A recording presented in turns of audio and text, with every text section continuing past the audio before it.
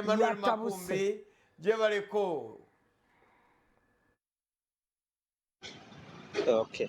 Good morning mukulu Senkubuge mutabukidde ababoda amachaka leero naye sibonna abamu balinamuko akobuntu era bagoberera amateeka kansubire nti sibona nembale nabo balina omuze nti boye batomera tebaagala kubakwatako naate munnabe watomera oba emmoroka nga yatomedde wa boda bagoba wa boda okamala bagoba emmoroka okamala.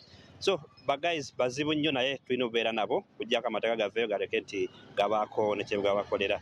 Mukulu Senkubuge oluvannyuma lw'okuba nti gavumenti yavaayo nejjawo UCDA abalimi bangi baali beeraliikirivu ne bagamba biki ekinaddirira naye abo bitundu ab'Elgon we twabadde tuwayaamu nabo bo baagala nti tebasobola kuwakanya gavumenti ku ki kye yaleeta okuggyako bagisaba nti akyebeekola essaawa zino kuba bo bakyagenda mu maaso n'okuba nga balima emmwanyi era tebagenda kuba nti bazivaako naye kyebadde basabaga nti gavumenti eveeyo bafunire bongeremu akatale emmwanyi zaabwe zisobole okulinnya ku bbeeyi kuba embeera ne bayitamu okulabika nti bafuna emmwanyi ennungi bibeera biwanvu nnyo.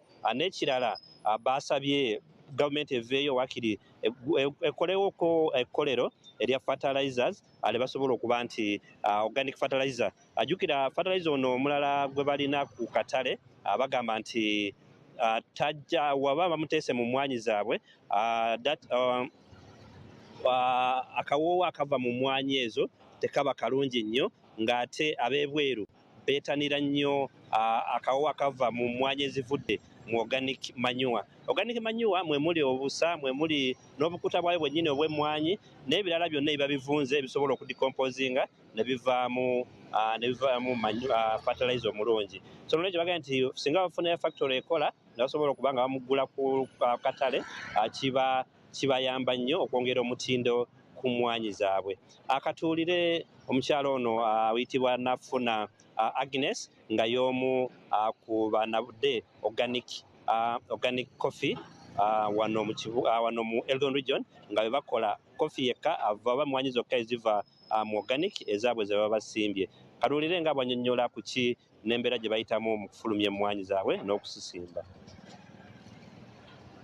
Ebeere ng'etunoonyeza akatale k'emmwanyi kabeere nga kalinnyako waggulu kuba emmwanyi okugikola okuprosesinga kuba wagisimba okutuuka okuginoga okugikola okyo processinga ebeere ng'eri packed coffee etwala ebiseera bingi ate tuteekamu sente nnyingi. Baali tusaba gavumenti etuyamba at least etunoonyezerayo akatale price y'emmwanyi ekoleki ebeere manure naye ate twetaaga naye gavumenti obeera nga edereeza echansi babeere nga batuyizirayo babeere nga bayinza kukola factory oba kibeera nga kikolera organic manure olanga kumufuna kuba kati ife ng'eno tetusobola kumufuna kati ate nga bwe tutambula emmwanyi okubeera oti ofuna emmwanyi ya quality n'onywa ekikopo kirungi nga kikolera bulungi olina okukozesa organic manure.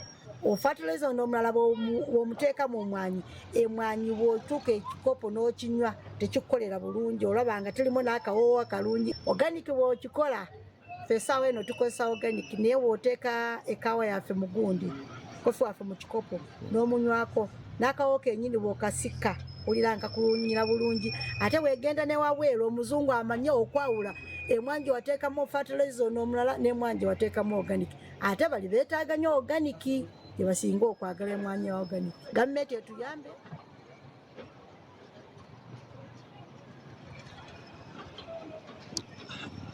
Okay, mukulu Senkubuge oyomu ku balimi ab'emmwanyi mu district ey'e Bulambuuli eno mu Elgon region ng'akattiriza ku kya organic manure okuba nti byasinga okuba nti abakolera mu mbeera zaabwe ez'emmwanyi nga bamusimba. Back to you, mukulu Senkubuge mu studio. Download the Salt Media app from the Google Play Store and the Apple App Store.